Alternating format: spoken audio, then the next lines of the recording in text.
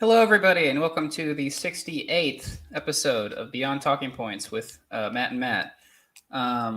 Today, we're going to have a conversation on nihilism. And we wanted to have this conversation because uh, Matt and I are sort of the yin yang of podcasting. Um, and that's because, there are many reasons, but one of the reasons is he used to be more like pro nihilism or more sympathetic to nihilism, and he's become disillusioned with it. Whereas I used to be, or he's become less sympathetic to it. And I used to be less sympathetic to nihilism, and I've become more sympathetic to nihilism as time goes on. So we wanted to just engage each other, kind of see, where we differ, where we might align. I guess we're going to focus on, nihilism. We were just saying before we got on air, nihilism has many different definitions, but we're probably going to focus mostly on moral and existential / cosmic, which aren't exactly the same thing, but they're related. Nihilism, sort of basically a question about like, can you have is there meaning to your life, and is there like a truth? Can you make truth claims about that meaning, and things in that regard? So I guess just to start off with some of my thoughts, I used to be like pretty pro in the like Sam Harris, Jordan Peterson camp of like, no, like nihilism is bad. Nihilism is like a destructive force, both for the individual and for civilization. It leads to like relativism, and it leads to people falling for radical or crazy ideologies. It's just an overall bad thing, and we have to avoid it at all costs. And I think I understand why people kind of have that conclusion. I think that's an argument which is pretty persuasive. But I think it's just a misunderstanding of nihilism, or at least I think there's a way of understanding nihilism which is more helpful, and which it isn't just overly dismissive, like, oh, you don't believe in meaning, well then, whatever, like that just completely dismissing that idea altogether, as evil and backwards and whatnot. I actually think that nihilism, it could be used as a tool. Nihilism is like, it's sort of like skepticism, like, so a scientist, when they're like thinking about a theory they're coming up with, or like looking at a particular scientific problem, they're trained to always remember that, like, well, I could be totally off topic, or like I could be totally like just out in left field. I could not know what the heck I'm doing. Like, I'm focusing on this because I think it's important, and it might not be important at all. And so that's sort of been my what I've come to believe about the philosophy of nihilism. I retain in the back of my mind that things are utterly meaningless and we're just in a void. And we really can't make heads or tails of a lot of these things in a truly like systematic way. But that doesn't mean I can't go hang out with my friends at a bar. That doesn't mean I can't read a good book and enjoy it. That doesn't mean I can't engage in a hobby that I enjoy, like podcasting or like writing. Because I truly do start. So I'm like very philosophically oriented in certain ways. And my first experience of nihilism, or like where I first saw it brought up, was among the existentialists. And the existentialists, of course, they start with the idea that like there is no meaning, like the universe is just there, but it's also like that they believe in a fundamental like freedom of human beings. Of course, they believe in kind of different kind of freedom than I would, but not freedom in the political sense, freedom in the like metaphysical sense, and in the terms of free will. But they're basically saying like, okay, no, humans are fundamentally free in a meaningless world. what do we do? Like you have to dictate, you have to like find your path, but you're basically in control of that path.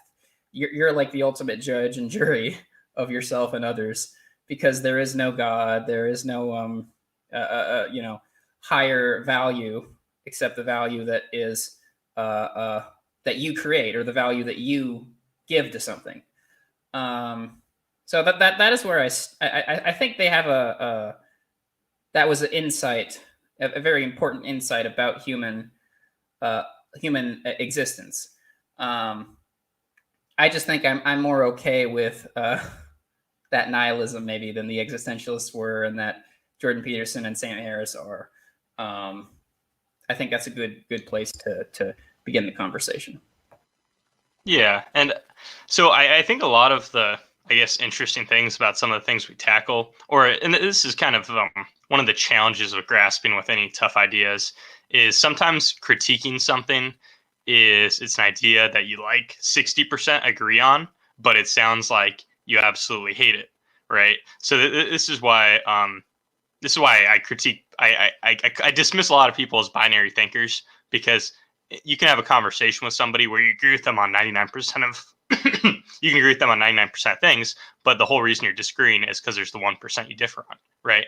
So a lot of stuff that is related to nihilistic lines of thoughts makes sense. Like, I don't think the facts on the ground are wrong and then the conclusion is wrong and everything in between is wrong.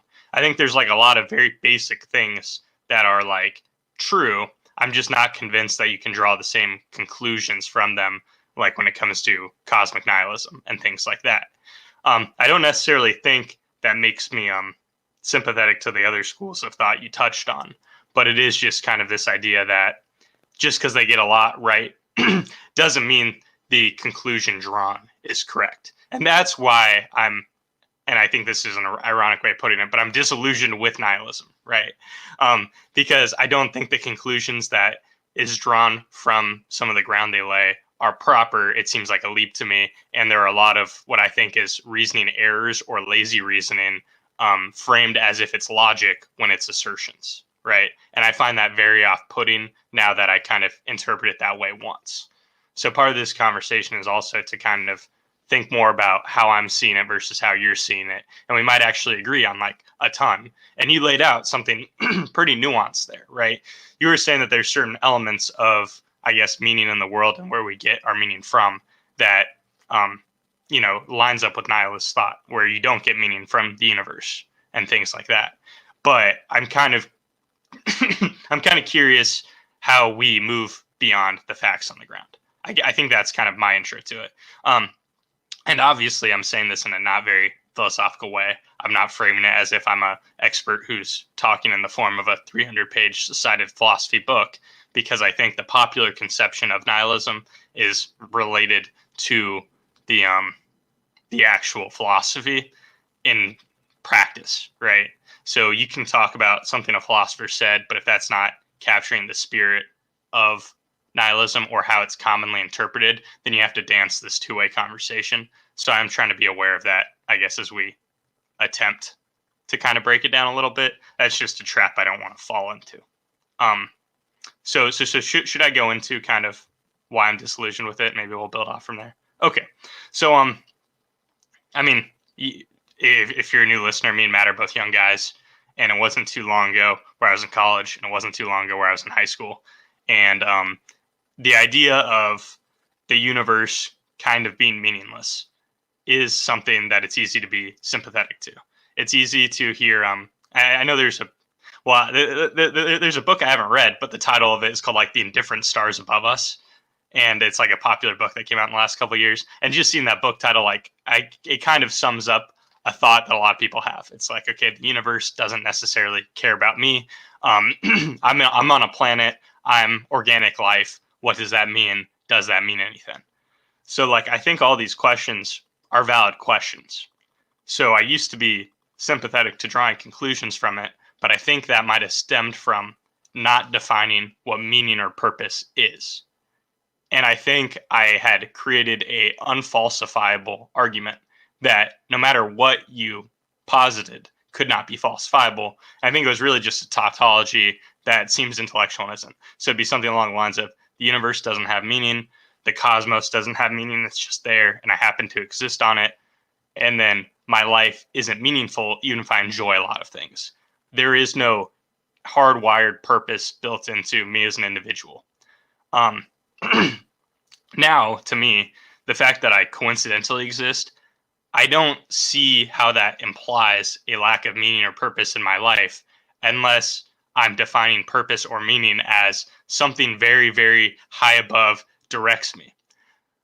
But I remember like a long time ago, and this isn't a very unique thought, so I don't know why I feel like citing it, but Peter Boghossian, he's a guy who like submitted those like fake critical race theory papers. He actually said something like as a throwaway line that I felt clarifying at the time.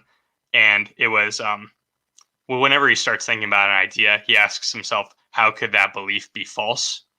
And a lot of the nihilist thoughts I was having wouldn't really even be falsified if you could prove there was a God.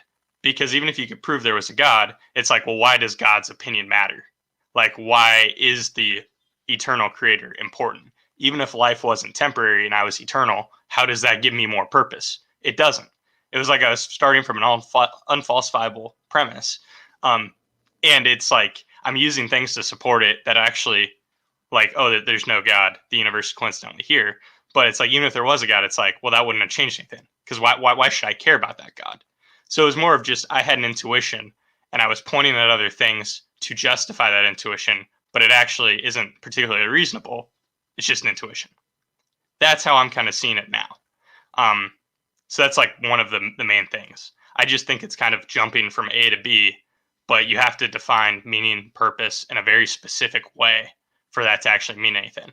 And I don't think it's a valuable conclusion anymore. I really think it's like aesthetically and rhetorically powerful, but I don't think it's actually saying anything that isn't obvious. And I don't think there's anything to take away from it. It's just, if you define meaningless that way and then say, and therefore life is meaningless, it's like, well, that's stupid. Like, that's like, what, that's like such a poor definition of meaningless. If there are all these things that could make you joyful and beyond exuberant in life, like, why does using meaning in this careful way exclude those things and then being presented in a rhetorical fashion? I just found it misleading. I know that was a lot, but that's like the big outline, I think, of why I'm not sympathetic to it. So maybe we can work from that and start picking up the pieces, maybe. So, I guess maybe where I start to push back, where I would start to push back a little bit is, so I would challenge someone to really like kind of look at the universe or look at nature or just look at the plants and animals and stars and waterfalls and geological formations and anything you could like think of as like not human, not created by humans, but just like that we created through natural laws. I mean, and I don't see any like. I guess I have trouble understanding why someone would look at I don't know, say a beautiful mountain range and say that has inherent meaning in it. I think all I would be saying if I said that is, oh, I find that mountain range aesthetically pleasing. That's all in my head. So what I think meaning is a concept that we sort of extrapolate onto other things. It's not necessarily inherent in the other things that there is meaning. Now, I don't know if someone would say, like that doesn't matter. Like I still, if I enjoy hanging out with my friends, if I find that meaningful, then that's meaningful, and you can, go away. And I guess all I would say to that is, okay, like that's fine. So part of the reason why I think I push back against that is because the way it's outlined and kind of the way you just presented it isn't. I don't think that's any more rational than the guy saying that's fine, right? So I understand the argument, but I think it's as much of an intuition as somebody turning to their friends and saying, this is what gives me meaning in my life. I'm happy all the time. I'm spending time with people I love and care about. This is what meaning is. And it's like inherent meaning and intrinsic meaning.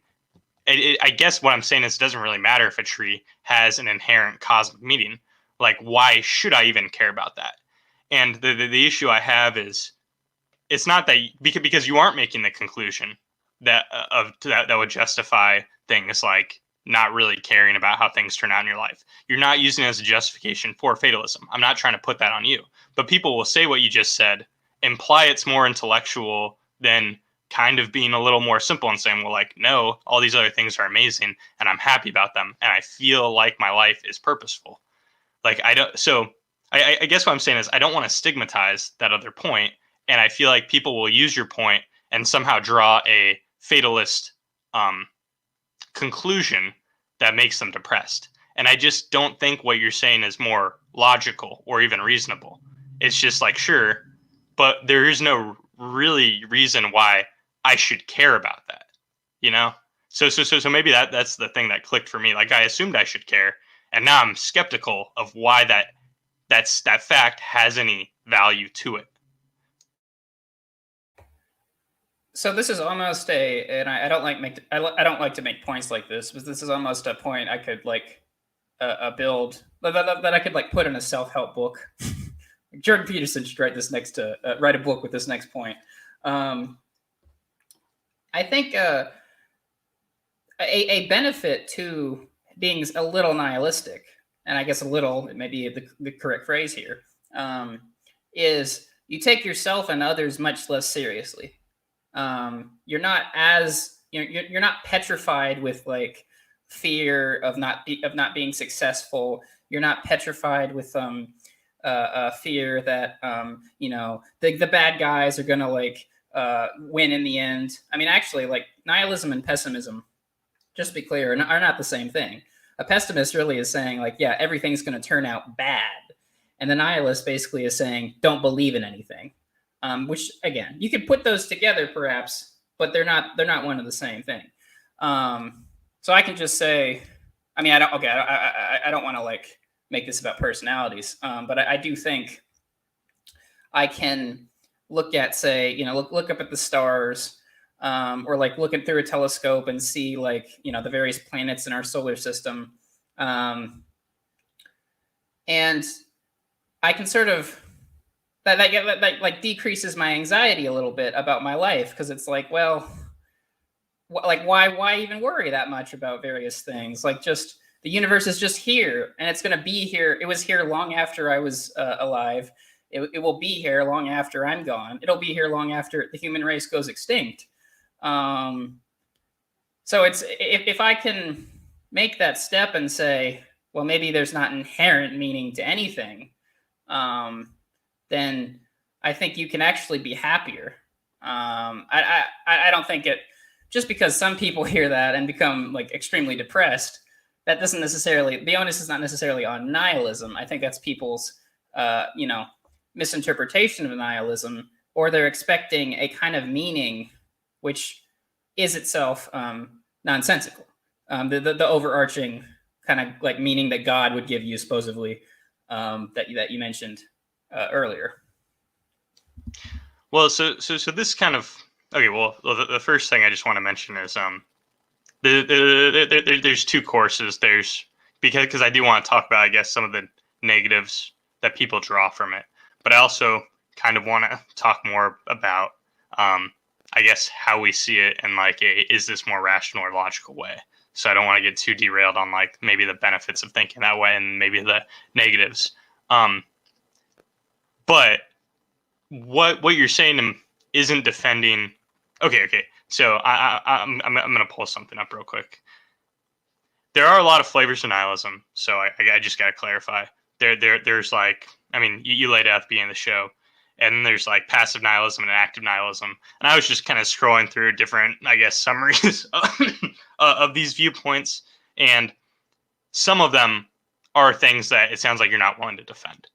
Like the example I found of passive nihilism, or the summary of that, is there will never be any meaning in the world, and we should try to separate ourselves from their wills and desires to reduce suffering as much as possible. So that's the idea that you can't even make meaning, because meaning is just not it doesn't exist in the world.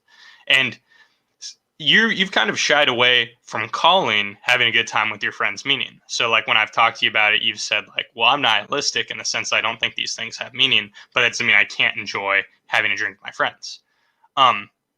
So I guess what I'm trying to pin down a little bit is, and this, I don't know if this is like an intentional thing you're doing or not, but we haven't defined meaning for better or worse.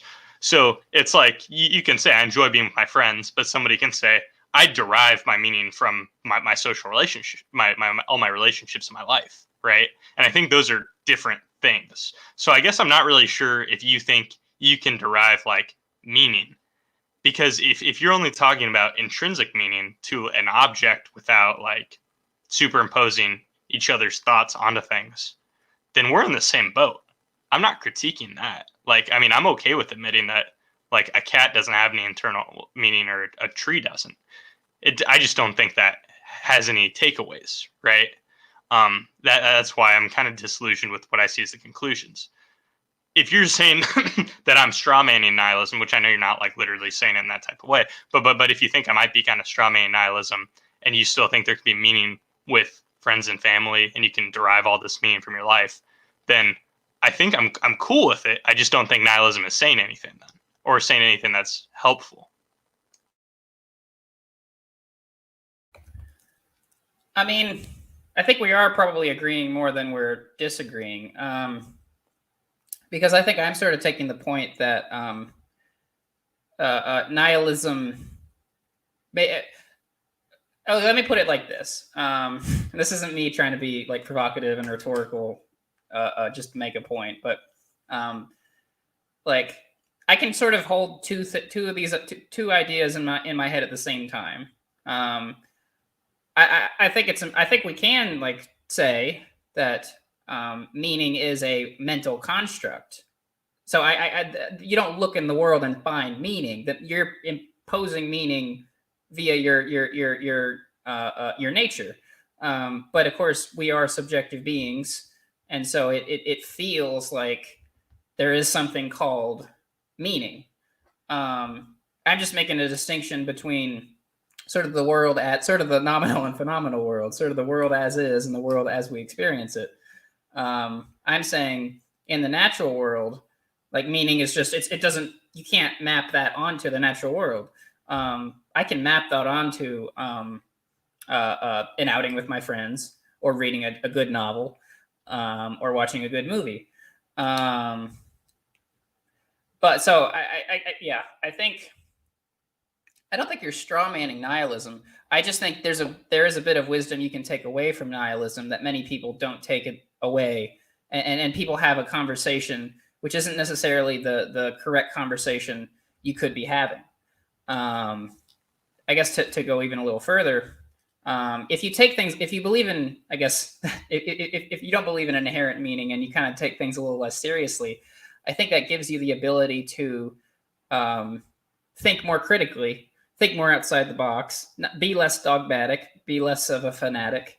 And so there is value in, so it sort of goes back to, I guess, the is the unexamined life worth living? Yes or no. I think to recognize that the meaning I feel is a purely is a mental construct. I want to recognize that, but that doesn't invalidate the feelings I have regarding that experience. Okay, yeah, I think I'm with you then. Yeah, because I'm so one thing that kind of bothers me, and this is probably why I think the popular conception of nihilism is much different than I guess what you're kind of advocating, is because a lot of times people who have certain feelings about life, their personal life feeling meaningless, and then arbitrarily kind of pulling that from the idea of the cosmos being meaningless. A lot of those people kind of fetishize both objectivity and our impending mortality, right? So it's like there's this idea that people are like, well, everything's temporary, so what does it matter? And or that's just your subjective feeling. Why does it matter? And I'm starting to come around to the idea it's like it does matter. I don't see why that would invalidate it. Like it's almost just a choice to start from certain um a certain premise will define the conclusion, but I don't see the obvious reason for why people choose to start from these premises that like inherently lead to a lack of meaning in things, right? So it's like I don't mind that people have differing opinions on movies. I still love watching a good movie that really pulls me in certain ways. It doesn't bother me that my interaction with that movie is not a universal feeling. I could not care less. All that matters to me is my reaction to the movie and my interpretation of it, my feelings about it. Sure, when other people like discuss it with me, I enjoy that dialogue too. But like if the fact that it's not 100% universally agreed upon is not very important to me. It's subjective, and that's fine. So the fetishization of objectivity I see come up a lot when people talk about purpose and meaning, especially in this context. I know you're not doing that, but I think that is kind of like a popular way that people, I think you would say, they misinterpret nihilism and then push it in another direction that might serve, I guess, their feelings or justify their feelings. Maybe that's kind of how I'm seeing a lot of things in popular culture right now, and that's why I was kind of like so annoyed with nihilism. But I'm willing to accept that that's not the same as the philosophers who discuss it. But I still have a issue with that line of thought, and I don't want to unintentionally support it by like agreeing with you on the facts. Like I agree with you on everything we've agreed on this episode. I just wouldn't call myself a nihilist anyway, because the popular conception is very far removed from what we've agreed on so far. I was actually intrigued when I learned recently that the ancient Greeks had they didn't really have this objective subjective distinction when they were talking about knowledge. It's a, I mean, I'm sure one could trace the history of this sort of dichotomy, but I think it is sort of unhelpful. I think a lot of the time, because what I hear people often say is, or I mean, I've probably even said this to people in the past. Honestly, it's like, oh, that's just a subjective evaluation, or like people will say, oh, that's just your opinion. It's so funny to me when someone's like, oh, that's just your opinion, and I'm like, yes, and of course it's my opinion. I'm saying it. So, I mean, I think I can square that away, though. I don't think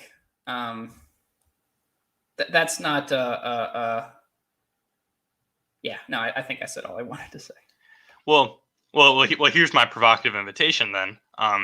It's if you don't mind that a bunch of people use it for bad conclusions, then instead of me litigating their bad conclusions right now, and then you being the devil's advocate because I expected you to potentially defend them, then that means you should join me in on bashing them. So maybe I'm going to make you eat your words a little bit, because now I'm going to really, I guess, I'm going to criticize a bunch of things in culture, and you're either going to get your chance to join in if you really kind of don't follow to the conclusions I'm criticizing. You'll get to join in and be like, yeah, exactly, screw those people. Or, you can defend them like I kind of expected it to go.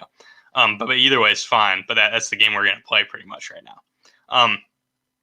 But I do recognize that we are getting away from talking about necessarily the hard philosophy and more into popular conception. So I'll acknowledge that, because that's an important nuance before I kind of give some a lot of critiques about it.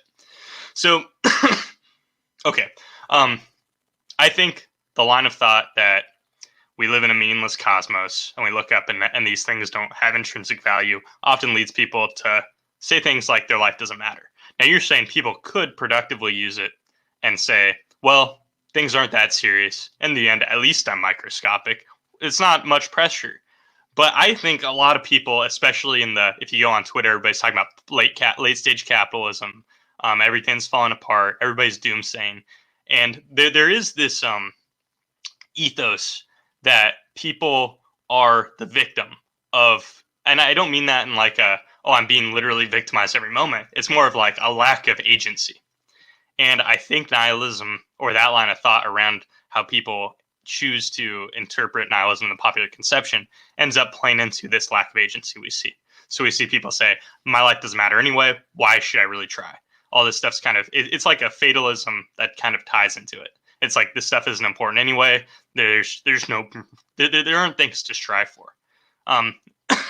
These people will still enjoy things, right? They still have friends. They still have hobbies. They still have addictions. It could be to entertainment, it could be to caffeine, it could be to drugs. But these people still choose to live if they're not going to kill, if they aren't killing themselves.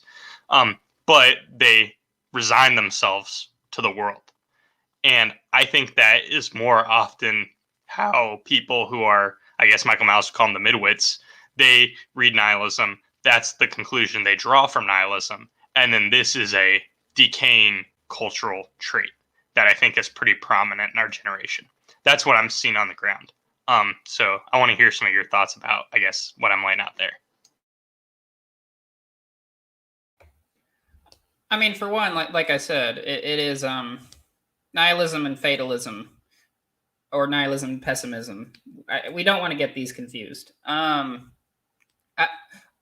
mean, you're hitting on one important point, I do think, which is, and I just did an episode of my new podcast on this, about like the theme of decadence. The idea of a crumbling society where people don't believe anything anymore, and they're just pursuing hedonistic, momentary hedonistic pleasures, and they're just hopeless and despondent and or apathetic, and they just they live their lives without a guiding force. And so I guess what I'm sort of saying is nihilism can sort of be, it can be a necessary step, maybe intellectually, or it can be a tool you use to recognize, I guess, the kind of life you want to lead.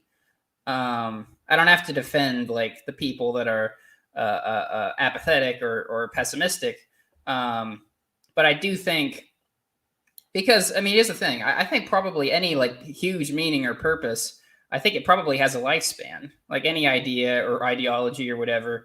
I don't necessarily, it doesn't necessarily last forever, and it's not necessarily going to last you forever. And so there's almost this cycle of like, oh, I believe in something, I believe in nothing, I believe in something, I believe in nothing. That might just be a cycle. I don't know if I would call it a historical cycle or more like a cycle that individuals go through. That's just, but I see that as sort of a necessary cycle that you can't break.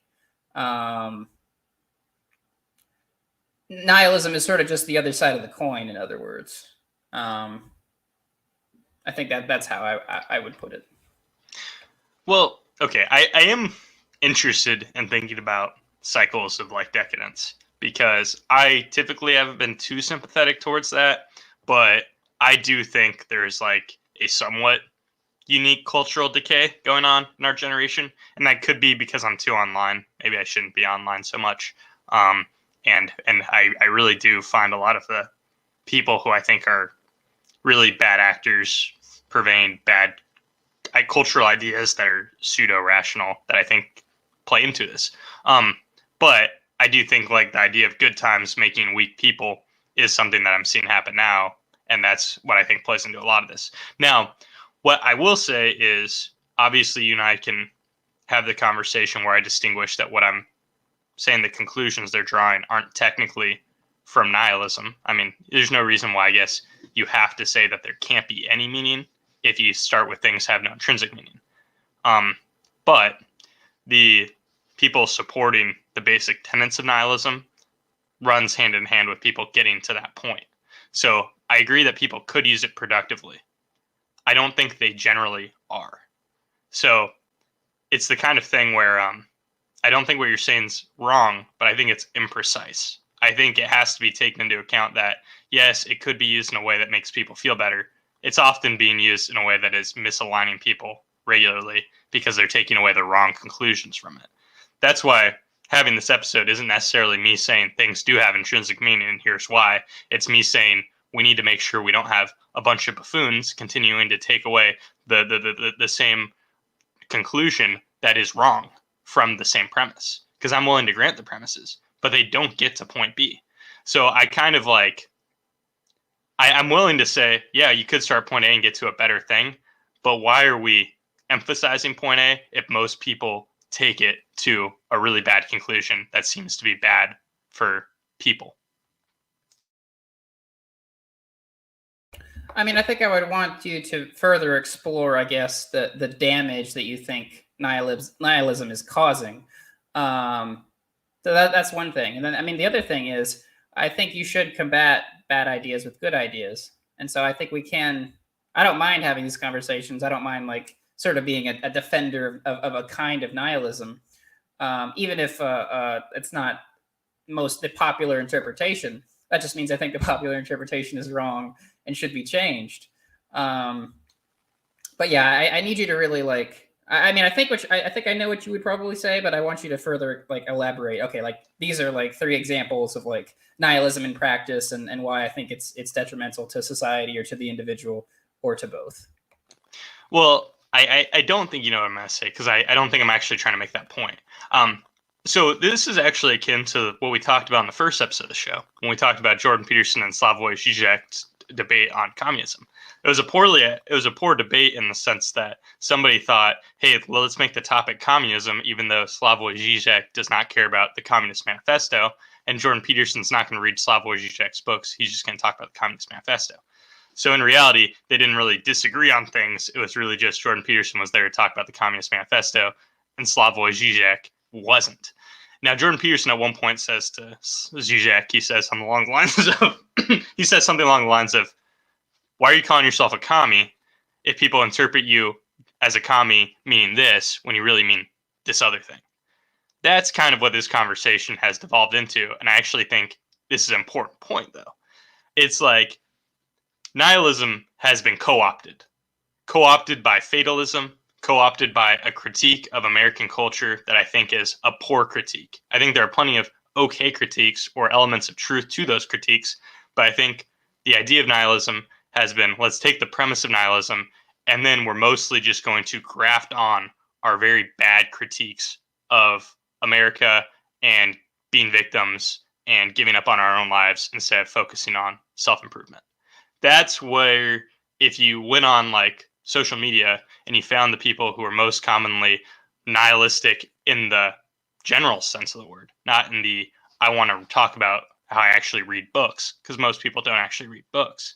If you find the community that is representative of that societal cultural decadence, you find a co-opted movement based on nihilism's premises. You can say they've superseded nihilism. All these people who pretty much just complain about their jobs, complain about how they're not in the majority, how they don't have power, blah, blah, blah. And I'm not attributing this to nihilism. I'm attributing this to the people. These people are bad actors. But what I'm saying, I guess, is if somebody says, I stand for nihilism, it seems to me that they need to say, oh, but the thing that people associate most with nihilism isn't actually what I stand for. Because that wouldn't be obvious to people. Does that make sense? I mean, okay. I think I can give you an answer which would satisfy you. But I do need to. I'm going to refrain from giving you that answer at this moment, just to I guess further prod you on something. I guess I'm not like. I'm not I'm having trouble, I guess, mapping onto this conversation. Okay, so you said that you're not attributing these things to nihilism, but so at the same time, I sort of it seems to me you're talking about all kinds of like we're sort of having a couple conversations at once, but it's under the conversation of it's under the umbrella of something called nihilism, and I guess I do. And if you know if you say, I mean, you could say there is no like I'm not actually making this connection. You're just misunderstanding the conversation. That's fine, but I guess I still need a further elaboration of I think nihilism is taken in this way, and people do this as a result. Okay. I mean, I can clarify that because if the conversation was like, is nihilism true? And then all we were saying is nihilism means things don't have intrinsic meaning, and however we decide to define meaning in like a very narrow way that excludes human enjoyment, then I would say, sure, I agree with that. And then we agreed that nihilism is true or whatever. But the issue I have is people take the things don't have intrinsic meaning in a cosmic sense, and they extrapolate, my life doesn't matter. My life's not important. And a lot of these people don't enjoy things in their life. So they're in a place in their life that isn't particularly fun, and they don't feel like they have a lot of meaning in it.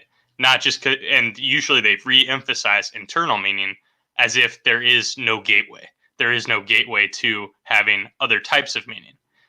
So it's like they lean in on nihilism in the sense of things don't have internal meaning, and I currently don't have other meaning.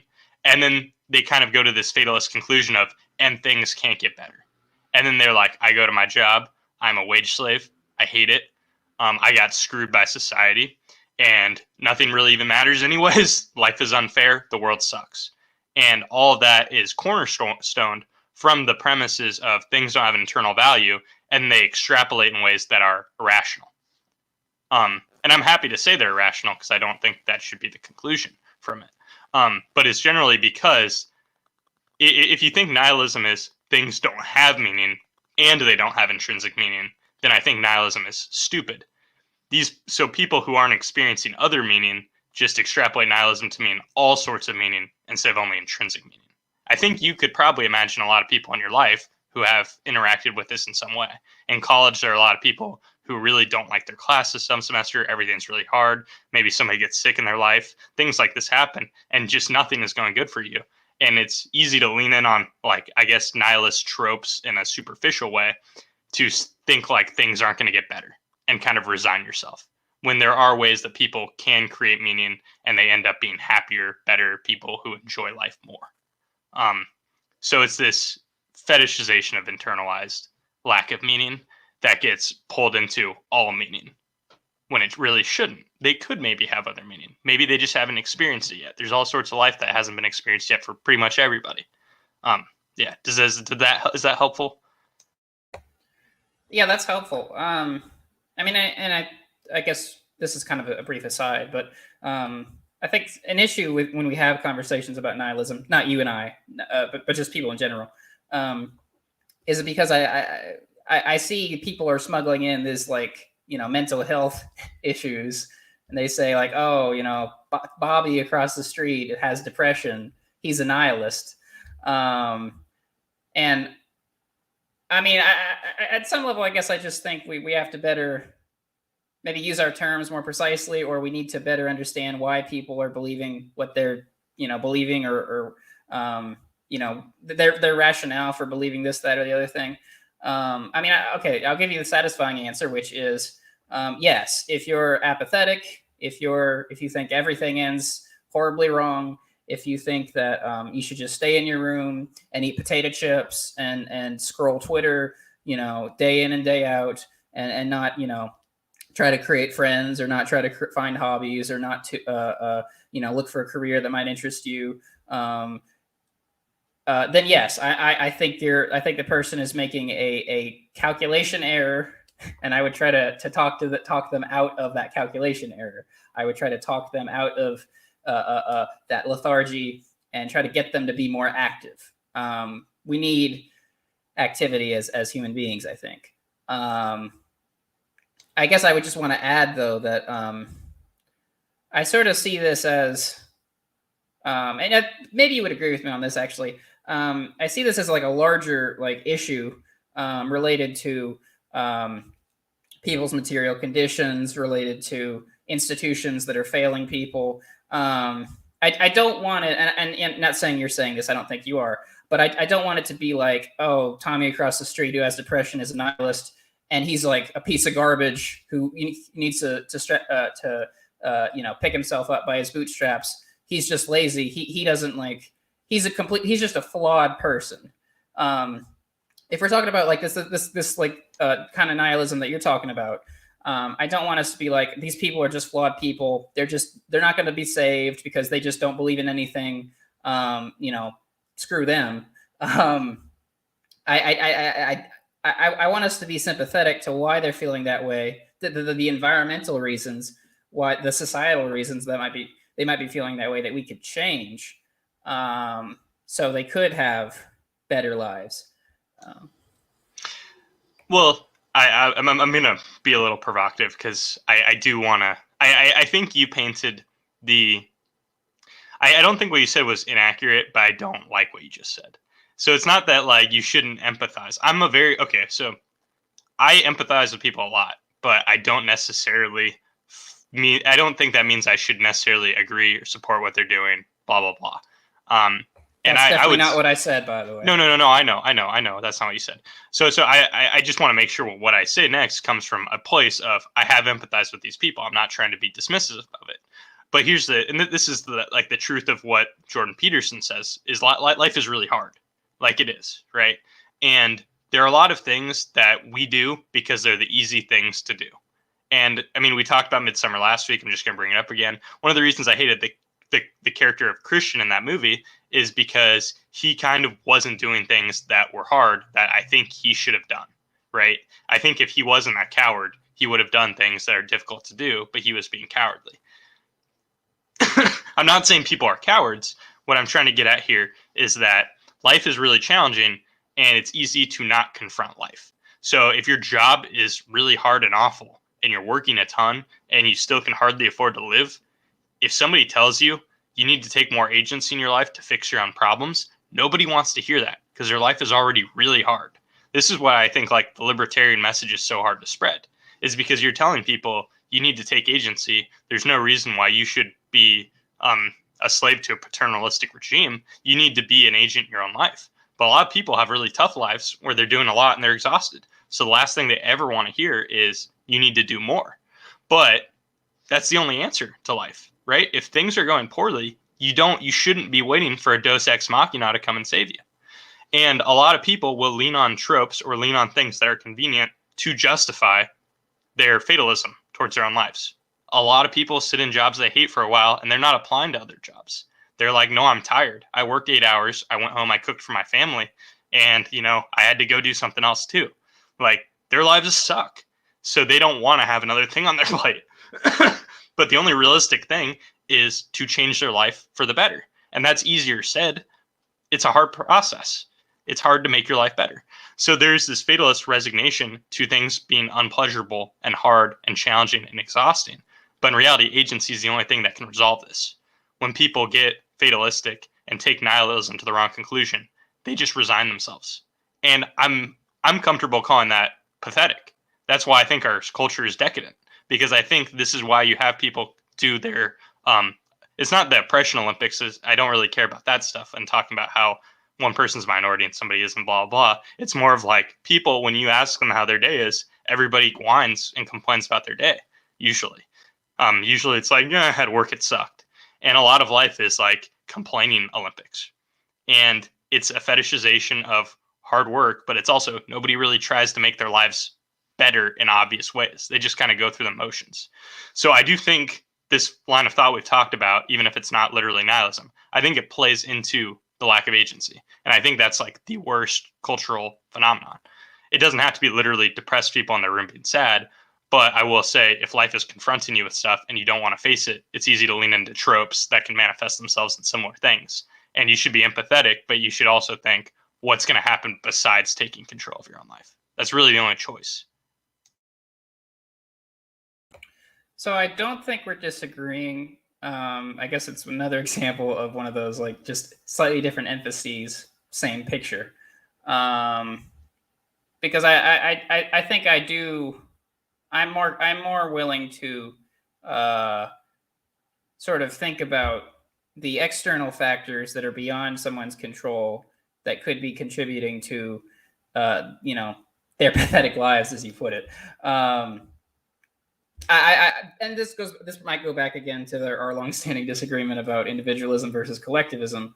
I don't think we have. I think people can overstate the agency that the individual has to create this great, meaningful life for themselves. You can do a lot, no question, and many people should do more. I think most of us should probably do more. But at the same time, you can't. And this is why I'm not a libertarian or an ANCAP. I don't see it as, that's not the be all end all. That's not the magic bullet. That is you have to couple that. And this is, I mean, you mentioned the Jordan Peterson, the Slavoj Žižek debate. And one point of, Žižek's was when Žižek said to Peterson, like, well, I mean, you tell people to clean your room. But what if, your society's a mess? Like, what if you're like, in some horrible like you're in like poverty for no fault of your own, or like there's just various like social pressures you're experiencing, not because you were lazy or like nihilistic, but just because various forces got together or various forces accumulated over time that are making your life worse. It's like, I mean, Martin Luther King. I think Jordan Peterson could have said to Martin Luther King, "Clean your room," because he had a pretty like his life was definitely a little rough around the edges. He was a plagiarist in his academic career. He had affairs with multiple women, and that doesn't. I mean, but I don't think that necessarily undermines his achievements. And also, I think if he had just focused on that and not focused on the broader issues of trying to defeat racism and all the rest, then that would have been a loss to society. That would have been a loss to Dr. King. So all I'm saying is, I think if this decadence, I guess, is the word I'd like to use, if we want to confront this decadence, we have to confront it both from an individual level and a communal level. I realize you won't be sympathetic to that language, but I have no other way of describing it. People have to come together as much as they have to take onus over their own lives. So I don't think agency is. So I think we might have talked past each other a little bit there, in the sense that when I say agency, everything you said there was more or less about responsibility. And I guess when we talk about responsibility, I think responsibility is almost an unproductive way of thinking. It's kind of like blame, where like you can blame somebody for a problem, but it doesn't fix the problem. So I guess what I'm saying is if people have problems, the only answer is agency. It doesn't matter if they brought it upon themselves or not. So that's just what I'm kind of trying to hit home. It's like there is no other recourse. The only thing you have is to be an active player in your own life. If you're an active player in your own life, then why would anything ever get better? And a lot of people have chosen, and it's not usually a conscious conclusion. A lot of people float through life and don't realize they're doing it. But a lot of people have chosen an active role in their own life. And so it's like, I think all the forces that negatively bring them into that role are bad. And like, I do think there's a lot of societal decadence that's brought on by these like bad factors. I mean, everything I do is complain about community, right? Everything I do is complain about the structures that I think oppress people, and I try to liberate people from that. That's my whole ideology. But given that those structures exist right now, your only choice is agency. It doesn't matter if it's you brought those things on yourself. It's just like, given the circumstances, what is my recourse? And it's play the game. And it doesn't mean play the game. It means actively, be in your own life. I don't mean play the game as in play by the system. You can be an active participant and then play around traditional structures. People that's hard. It's challenging. And people think, I don't deserve this. I didn't do anything wrong. I'm a victim of my circumstances. And it's like, that sucks. What are you going to do? Are you going to do nothing and complain and be fatalistic because you got screwed? Or are you going to be an active player? And I think not enough people are active players. That's what I think when I think of our decadence in our culture. Yeah, I mean, I guess I would agree. But I do think that at the same time, as you're talking about the nuanced concept of agency, I hear a lot of people smuggle in responsibility and smuggle in the pull yourself up by your bootstraps mentality, which I'm just not sympathetic to. Most of the time, the way people use it is just, I think, very unhelpful, unproductive, and it is basically blame. Is what I mean, blame is not helpful. You're right. But then people, basically do the same thing, which is your life sucks. It's all your fault. Get over it, or like make your life better. So that is just and that's not really a disagreement I'm having with you, but it is a disagreement I have with a lot of broader cultural figures.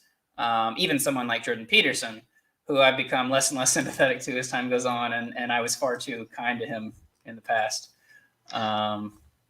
Well, I think we do have a disagreement, though, because although I'm not blaming them, and I know a lot of people do smuggle and blame, like if I do know somebody who is like hard on their life, is having a hard time in their life for whatever reason, like I think the correct answer to them, and I'm not saying it's what you should say, like you got to value what your relationship is and you don't want to offend people, but I think like the honest insight for that person is take control of your life to the best abilities you can.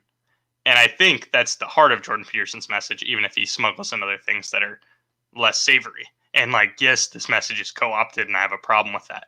And blame isn't necessarily the important role. I guess what I'm saying is, I don't know if you're comfortable with that being the advice to people. So like, if somebody's like, yeah, so what would your advice be if it's not that? No. You misinterpreted my head shake. No, I'm fine with telling people to be more to use the agency that they have to change their lives. But I am deliberately criticizing a slightly different idea, which is more more fatalistic, but it's fatalistic in a different direction. It's fatalistic in the direction of kind of giving up on people.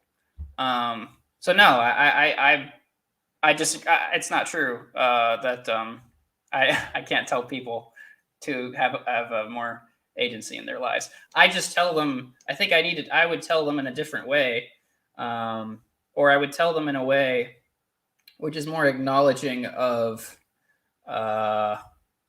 maybe things that are beyond their control that are making it harder to use that agency that they have. We're not just these, and I've said this multiple times, we're not just these free beings that can do anything we want. Like, that's a stupid statement, right? But it's true. And it's like a cliche statement. But I think it's important to recognize that we have limitations. And so therefore there are limitations, again, both in ourselves, in our own minds, and in our environment, which can kind of go against our own agency. So I actually don't know if we're agreeing or disagreeing. I'm really, I'm just not quite sure. So I think, so we agree on the outline of the conversation. Where we disagree is our interpretation of the world around us and how the facts apply to the people and to what degree. And that's why we have different emphases, because a lot of people I know hate their job. So I talk to a lot of people that hate their job. And I'm talking like everybody I know who has a job hates their job. So everybody I talk to complains about their job. Nobody has to work at that place. I've changed jobs recently. I still don't love working because I have just a profession that is somewhat boring. It's somewhat stimulating. But I like my job more than my last job. A lot of people just don't like their job. Sorry for the coughing, everybody. And they're very resigned to the fact that it is almost like inevitable, because we all know we have to work. But people are more resigned to the fact that they choose where they work a lot of the time. Sure, some people like can only get employed by their employer, but a lot of people are pretty good employees, so they could find another opportunity. So it's like, to the degree in which we are limited in making changes in our life is dependent on the time horizon, right? So if you're talking about like a very obese person who wants to lose 60 pounds in a week, that's not going to happen. But a very obese person losing 60 pounds in 4 months is actually like maybe possible if they're like super obese and then they're actually like doing the maximum they can to their capabilities, right? So I guess what I'm getting at is, I think the culture or the general tone of people talking about problems in life leans into, I need somebody to fix this because I can't. I think that's how I perceive most discussions. That's when I talk to my friends about their problems, it's, we're going to complain about our problems instead of talking about how we can fix our problems. Because talking about fixing your problems is hard, it's not fun, and it's not a lighthearted discussion. It's like, how do I upend my life and my routines and everything I've been doing regularly for years, probably. So the amount of discussion about, let's complain about how a system victimized us, I think drastically outweighs, with the exception of political rhetoric, I think it outweighs talking about how we actually are confined to some circumstances. So it's like, sure, a lot of homeless drug addicts aren't capable of holding a 9-to-5 job because they literally do not have the brain capacity. But I think usually the people who are overly like belligerent or aggressive about how people need more responsibility, that's most common in certain circles that I think are the minority right now. So people playing the victim and kind of rejecting agency in large aspects of their life is much more concerning to me than people overstating agency. So I think lacking agency leads to people are nihilistic in the negative, obscene, extrapolated perspective, and then become fatalist, and then become essentially walking zombies. And then if you overstate it, it's like maybe people aren't sympathetic enough to other people, but maybe that's kind of inevitable to some degree. I mean, this is probably the time when I should agree to disagree. I guess I'll just take I'll use one example.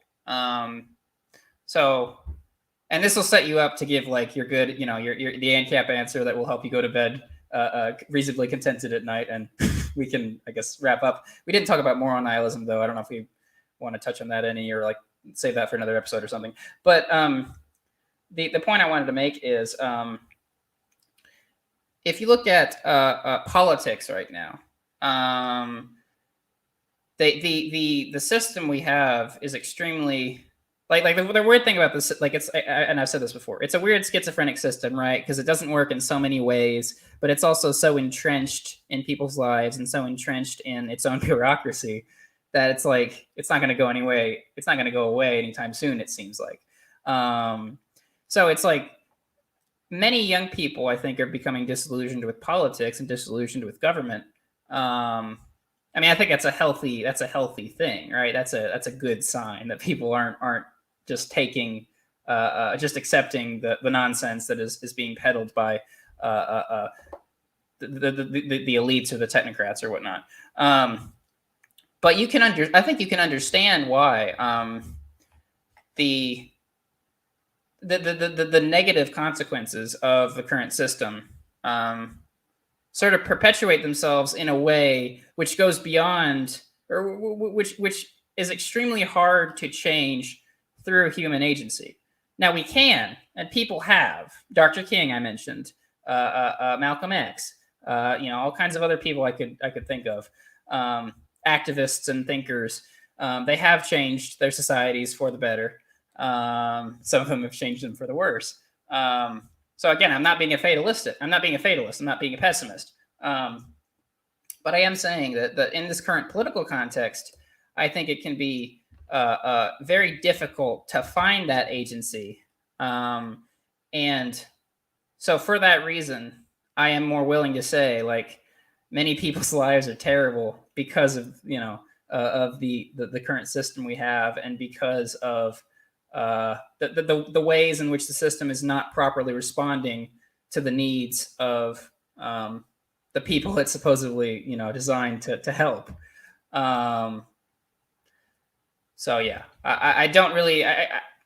I mean, I guess at the end of the day, again, as you say, it's just an emphasis of whether you think people are more. The culture is more emphasizing the conservative talking point, which is everyone's responsible for themselves, or the liberal talking point of, well, we need to help people. So I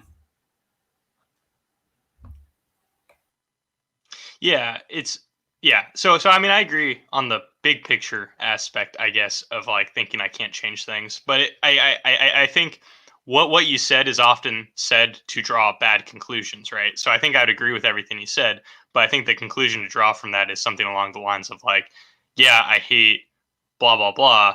How much does that affect my life, and what can I still do over my life to make my life better? And a lot of people that hate the system and think it should give them something that's not currently giving them, there are avenues that are accessible through their own effort to get the things that they want without having to change the system.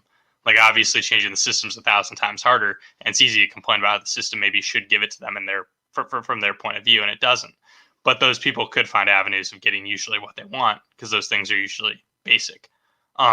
So when people point to the system as like a justification of their woes, like, yeah, the system dispossesses people, but and there are sometimes it deeply dispossesses people, especially like really dumb prison sentences. But there are also like a lot of people who claim to be victims of the system because they were goaded into getting a worthless degree, and now they can't get a job to pay off that worthless degree. And it's like, yeah, you got screwed, but you can still learn new skills because you're a person who is competent enough to get that worthless degree. You can apply yourself to something useful. And nobody wants to say that, and those people won't be sympathetic to you saying that to them. That's what I think the problem is. And I frame that in a culture war way intentionally to some degree, because I think that is pretty real. That's pretty much the whole underemployment crisis. Those people weren't underemployed. They just got non-marketable skills. And then they complained about the system not fitting their lives perfectly. And it's like, well, you can get marketable skills, but that's hard. right? That requires work. That's not getting something handed to you. And you don't need to change the world to fix their problems. And that's the reality they're not reckoning with that I find problematic. But yeah, you can chime in, and then we'll wrap up and we'll tackle moral nihilism another time in the future. Well, I'm going to leave that as a statement all by itself. I'm not going to respond to that. That's a dead horse. But yeah, I guess I'll just conclude by kind of basically paraphrasing what I said earlier, which is I don't think we should necessarily judge ideas just because people use them for bad ends.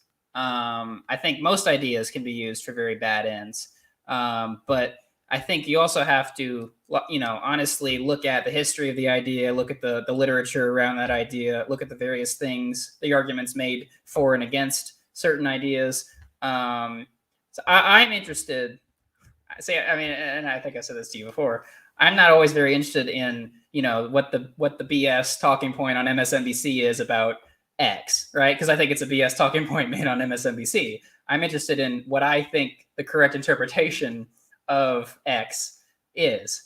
I'm more interested in how I think it should be interpreted, or how I think the conversation should be framed, or how we should apply certain ideas into to our lives, or to our arguments.